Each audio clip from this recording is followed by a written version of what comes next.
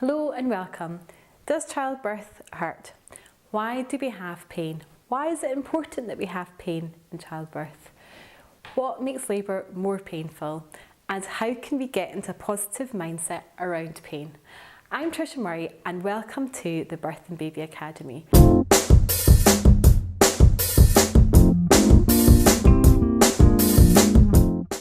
How are you feeling about your birth? Are you feeling confident, or are you like the vast majority of women who are feeling anxious and worried and panicked about how their birth is going to be? Well, does it need to be like that? I've worked with hundreds of women over the years in groups and one-to-one, pre-birth, during birth and post-birth, so they're able to prepare for their labour and birth confidently. So at the end of the session, I'd like you to go to thebirthandbabyacademy.com and download 101 questions you may have around giving birth. And this is a tool that you can use to really get you thinking about all the various things that you need to know about labour and birth so that you can prepare positively. So let's get to the topic in a bit more detail. So, does childbirth hurt? Well, without a doubt, this is probably one of the most Googled questions that we have. And so many women are worried about pain and labour. And they fall into two camps of women, generally. That is the camp that are like, I will get all the drugs as soon as I go into labour, and then the camp that I'm going to breathe this baby out. And it's very hard sometimes to have a middle camp where women might be somewhere on that spectrum. But I believe that you can go into your birth like that and prepare for all eventualities. So I would be lying if I was to stand here and say to you that childbirth doesn't hurt, because for the vast majority of women, they do have a degree of, they do experience a degree of pain. That is perfectly normal. But we've never had so much information about various tools, techniques, and access to various analgesics, which will really help us to be able to manage that pain. And we've never had such a good understanding about why we have pain in labour. And by having access to this information, we can really help to reduce the pain in labour and shorten your labour. Why is it important to have pain? Well, just imagine you're walking down Princess Street or some park down Oxford, you're in Oxford Street in London, and just suddenly as you're walking along, this baby just came out of you. What a shock that would be to you. And that's one of the reasons that we have pain, because the pain is alerting us that something is happening and that we need to go and get into our nest, and we need to go and find safety and protection. So this pain would have been many years ago to protect us from predators and other people around us. But the modern day predators that we might have around us would maybe be the till operator in the middle of Tesco's, or it might be the person on the bus or the tube. Or it might be your mother-in-law. It might be somebody like that you need to seek safety from. So that is why we have pain in labour. So what makes labour more painful? Well, going back to the sort of feeling that we need safety, feeling safe is absolutely vital. So feeling safe in numerous ways, emotionally, physically and mentally safe. And there's ways that we can do that. So firstly, considering the people that are around us supporting our birth is absolutely vital. So who is your birth team? Do they make you feel safe and confident and secure? Because that is a really vital element. Also, your environment, feeling safe in your environment, which is why sometimes going into the hospital too early can actually make labour more painful or longer. So it's about going into hospital at the right time. At the right time for you. And also when you're asked lots of different questions, that can make labour more painful, because what you're doing is you're starting to get the thinking brain into action. And when the thinking brain comes into action, it stops the oxytocin from being released. So the oxytocin is one of the key natural hormones that we have within our body, and is responsible for our birthing process and how successful our birth is. And for that to come up, for that to be released in our body, we need to feel safe and secure and loved and cared for.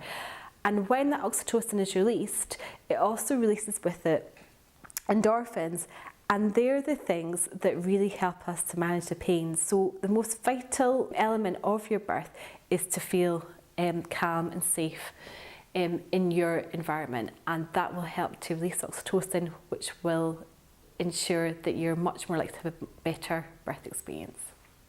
So how do you get into a positive mindset around pain? Well, firstly, it's about learning various tools and techniques that you can use to help you to manage the pain. So one of the easiest ones to pick up would be breathing, and learning how to breathe in such a way that you can calm your body down. But there's other tools and techniques that we have access to as well, such as mindfulness and meditation and hypnobirthing. Affirmations, these are all really helpful tools and techniques that we can use to get us into a positive mindset throughout our labour. And one of the other things that we can start to do is understand actually about the pain in labour and how long it actually lasts for. So what we know is that contractions generally come 3 minutes apart, and they generally last for 1 minute. So if you're looking at for an average labour, which is 6 to 12 hours, and even if you go at the further end of that, the 12 hours, what you're really demonstrating is you're actually only coping with the pain for 4 hours of those 12 hours. And I think just addressing it like that and realising that you're only having to do one in every 3 minutes is a really positive thing. And unlike some other pain, especially people who live with long-term pain, the pain only really lasts for that day. It's not a pain that goes on and on and on for days and weeks, indefinitely. It is only for a short period of time. And when we have all the oxytocin released, firstly, what can sometimes happen is sometimes mums can have an oxytocin overload, and they can sleep for those 2 minutes in between each contraction. And the second thing that happens is all of those natural chemicals within our bodies that are released is that we can then forget the pain that we've actually been in. And so what quite often happens is women during pain will say to me something like, oh, I'm never doing this again, never doing this again. And then a few moments after birth, they are absolutely euphoric and they've totally forgotten the pain that they've been in. Jess is absolutely petrified of birth. She's really worried about it. Her sister has told her how awful her birth experience is. And all she can think about is, I am not even going to attempt to manage this birth of my own. As soon as I go into labour, I am getting that epidural, and I'm having that. So she starts to, so she goes into labour, and the moment the first contraction starts, she just tensed up immediately, and she gets herself to the hospital, and she demands her epidural. But the thing is, the hospital staff say, well, you're not progressed enough for us to admit you. You're going to have to come back in a few hours. So she goes home, and she's got no tools and resources to be able to manage that pain for those few hours. And then she gets back to the hospital, and eventually she gets admitted. She eventually gets her epidural, and then she progresses on to have her birth.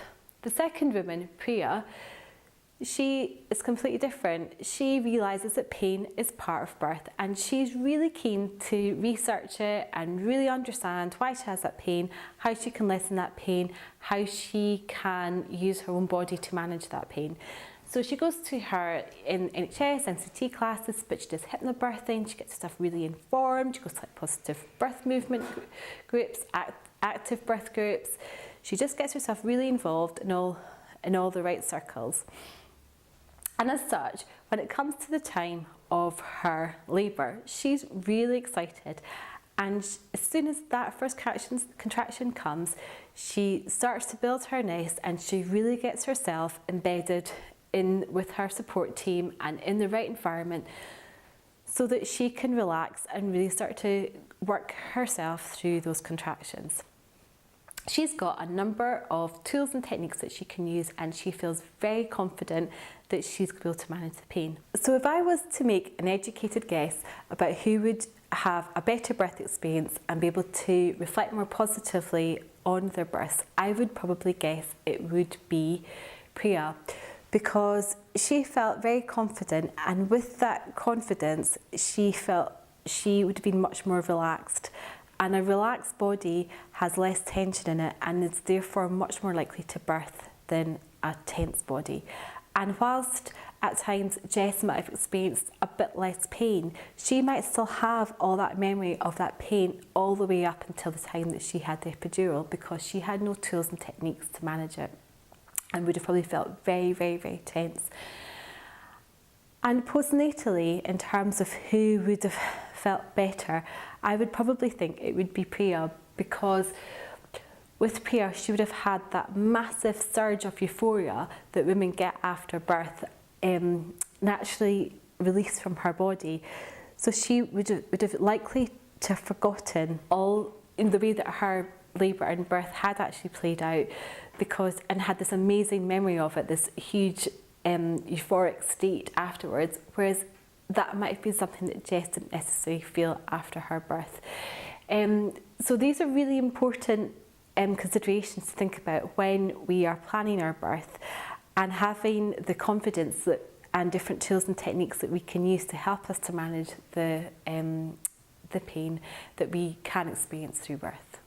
So I invite you now to go to birthandbabyacademy.com and download 101 questions you may have around giving birth, and work through that with your partner, so together you can plan how you're going to manage the pain that you might experience in labour and birth, so that you can feel confident and therefore relax into your birth and have a much better experience.